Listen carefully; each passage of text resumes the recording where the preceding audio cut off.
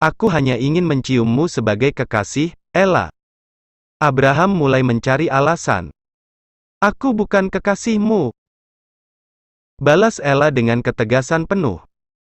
Abraham memutar mata dan dalam hati bersumpah akan membuat Ella jatuh ke dalam pelukannya. Kita ke bawah. Semua tamuku sudah menungguku di bawah. Abraham mengulurkan tangannya kepada Ella, namun Ella enggan untuk menyambut. Aku tidak akan melakukan kontak fisik dengan pria manapun, termasuk denganmu Abraham. Aku harap kamu ingat. Ella mengulangi ucapannya yang entah sudah berapa kali diucapkan olehnya. Abraham mengepalkan tangan dan menarik nafasnya dalam-dalam. Baiklah. Abraham mengajak Ella pergi, dan sebelum benar-benar meninggalkan kamar, Ella meminta Nila untuk menjaga buah hatinya. Aku akan menjaga putramu, Nona. Percayalah padaku.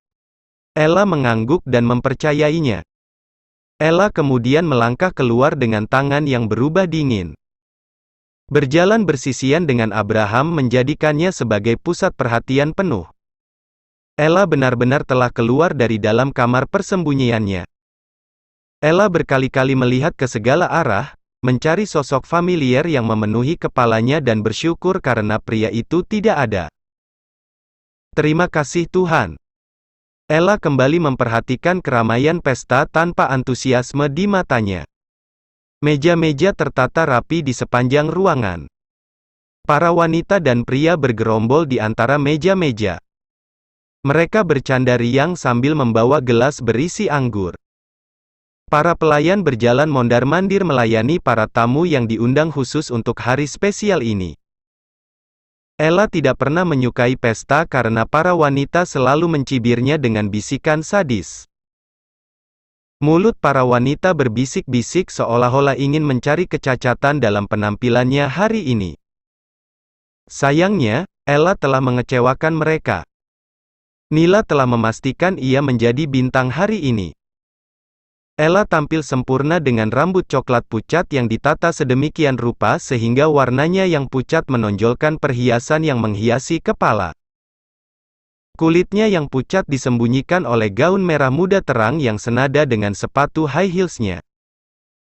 Setiap lipatan gaun yang dipilih Nila menonjolkan setiap lekukan tubuhnya yang indah. Apa dia kekasih Abraham? Aku rasa tidak. Aku dengar dia sudah memiliki seorang anak. Dia sudah menikah? Dia janda. Menurutmu kenapa wanita semuda itu menjadi janda? Dia pasti menjadi wanita simpanan. Bisikan mereka membuat rasa nyaman Ella hilang. Saat Ella berniat untuk pergi, Abraham lagi-lagi menahan niatnya. Minumlah. Abraham memberikan segelas minuman kepadanya. Ella melihat gelas itu dan merasa aneh dengan aroma dan warna pekatnya. Tidak akan membuatmu mati, Ella. Minumlah. Abraham menggunakan gurauan kejam kepada Ella. Ella mengambil gelas Abraham dan menegaknya dengan maksud agar cepat mengakhiri pesta itu. Namun dalam sekali teguk rasa panas di tenggorokannya membuat Ella terbatuk.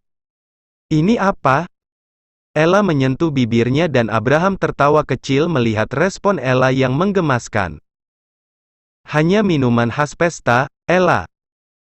Abraham mendorong gelas Ella dan meminta Ella untuk meminumnya lagi hingga tandas tanpa sisa. Dalam sepersekian detik, Ella tiba-tiba merasa pusing. Kepalanya berdenyut dan meninggalkan rasa sakit. Ella, kamu tidak apa-apa? Ella mendongak dan sekilas melihat senyum aneh di wajah Abraham. Aku mau ke atas. Kepalaku pusing, Abraham. Lirih Ella dengan suara lemah. Aku akan mengantarmu.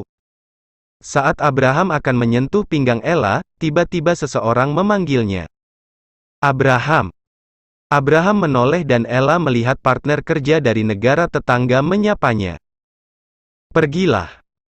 Aku bisa sendiri.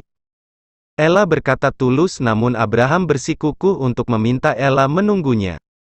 Aku pergi sebentar, tunggu aku. Jangan pergi. Aku bisa. Tidak. Aku akan mengantarmu. Aneh, kenapa Abraham begitu keras kepala untuk mengantarnya ke kamar? Ada apa dengan Abraham? Ella bisa sendiri. Tidak ingin menunggu lebih lama, Ella pergi dengan sedikit sempoyongan menuju ke pintu keluar. Ella memijat pelipisnya dan berharap pintu lift segera terbuka untuknya. Ting! Ella masuk dengan kepala pening.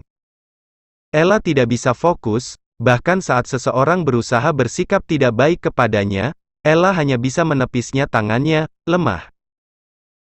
Hei, kamu tidak apa-apa cantik? Perlu bantuan?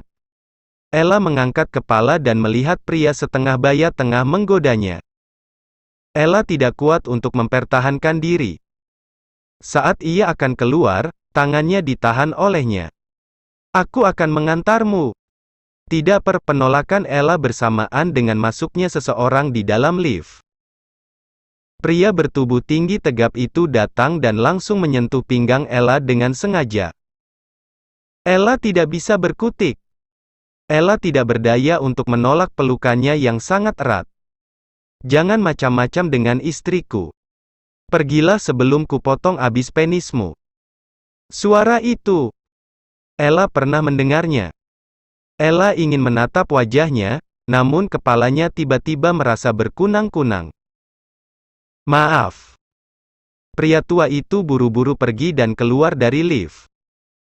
Setelah kepergian pria tua itu, Ella yang telah kehilangan fokusnya hanya bisa berdiri dan bersandar pada tubuh pria bersuara khas di sampingnya. Sambil memijat pelipis, Ella meminta pria itu untuk mengantarnya, tolong antarkan aku ke kamar 1271. Pria itu hanya diam dengan terus menguatkan pelukan di pinggangnya. Setelah berada di lantai 12, pria itu menuntunnya masuk ke dalam kamar yang jelas-jelas berbeda dengan kamar Ella. Ini bukan kamarku. Ella melihat ranjang berukuran sangat besar. Aroma yang jelas-jelas aroma seorang pria dan lagi-lagi. Ella merasa pernah mencium aroma itu.